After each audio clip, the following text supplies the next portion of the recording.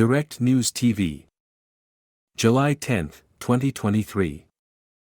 Russia-Ukraine War, List of Key Events, Day 502. Ukraine's Deputy Defense Minister, Hanna Maliar, said Ukraine was consolidating its gains amid heavy fighting in two areas of the country's southeast and had registered a certain advance on Bakhmut's southern flank. Russia's defense ministry said its forces had repelled Ukrainian advances near Bakhmut, with fighting made difficult not only by the daily intensity of fire and battle, but also by topography. The line of contact runs between two hills. Ukraine's President Volodymyr Zelensky again acknowledged that the counteroffensive was moving more slowly than he or his generals wanted, but that Ukrainian forces held the initiative. "All of us, we want to do it faster because every day means new losses of Ukrainians. We are advancing. We are not stuck," he said in an interview with the United States broadcaster ABC, noting that the military had overcome a kind of stagnation in previous months. "We would all love to see the counteroffensive accomplished in a shorter period of time. But there is reality. Today, the initiative is on our side."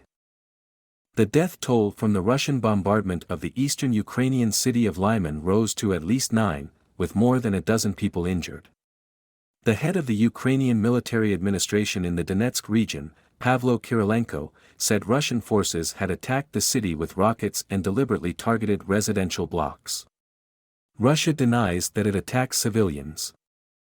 Russian officials said air defense systems shot down 4 missiles, 1 over the Crimean Peninsula and 3 over Russia's Rostov and Bryansk regions.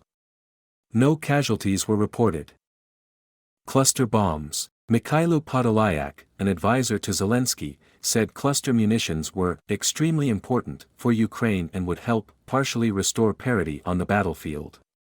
Podolyak added that Russia had been using such munitions in Ukraine for more than a year.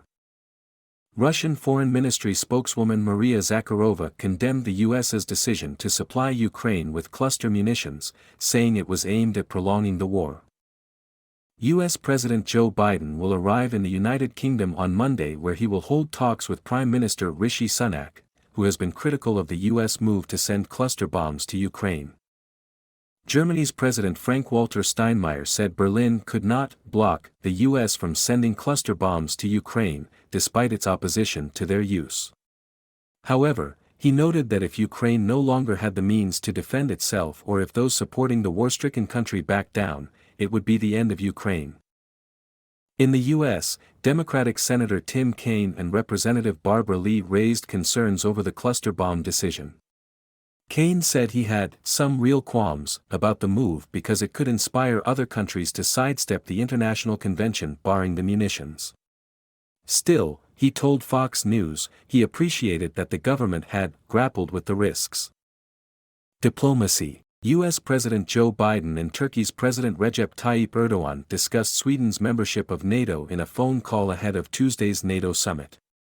The White House said Biden conveyed his desire to welcome Sweden into NATO as soon as possible. The two men will hold talks on the sidelines of the summit that will focus on Ukraine's position in NATO, Sweden's NATO membership, and the delivery of F-16 fighter jets, Turkey said.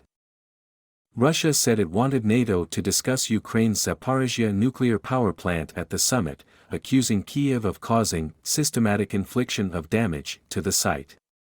Moscow occupied the nuclear plant, Europe's largest, shortly after it began its full-scale invasion of Ukraine in February 2022. South Africa's President Cyril Ramaphosa confirmed that next month's BRICS summit, to which Russian President Vladimir Putin has been invited, will be physical, despite an arrest warrant for Putin issued by the International Criminal Court. Ukrainian football club Dynamo Kyiv accused Turkish side Fenerbahce of being a club without honor and conscience after the team traveled to Russia to play in a preseason tournament. Russian teams were suspended from participation in FIFA and UEFA competitions after the country's full-scale invasion of Ukraine. My name is Kingsley. Please like, share, subscribe and hit that notification bell so you can be the first to be notified whenever we post. You won't regret it.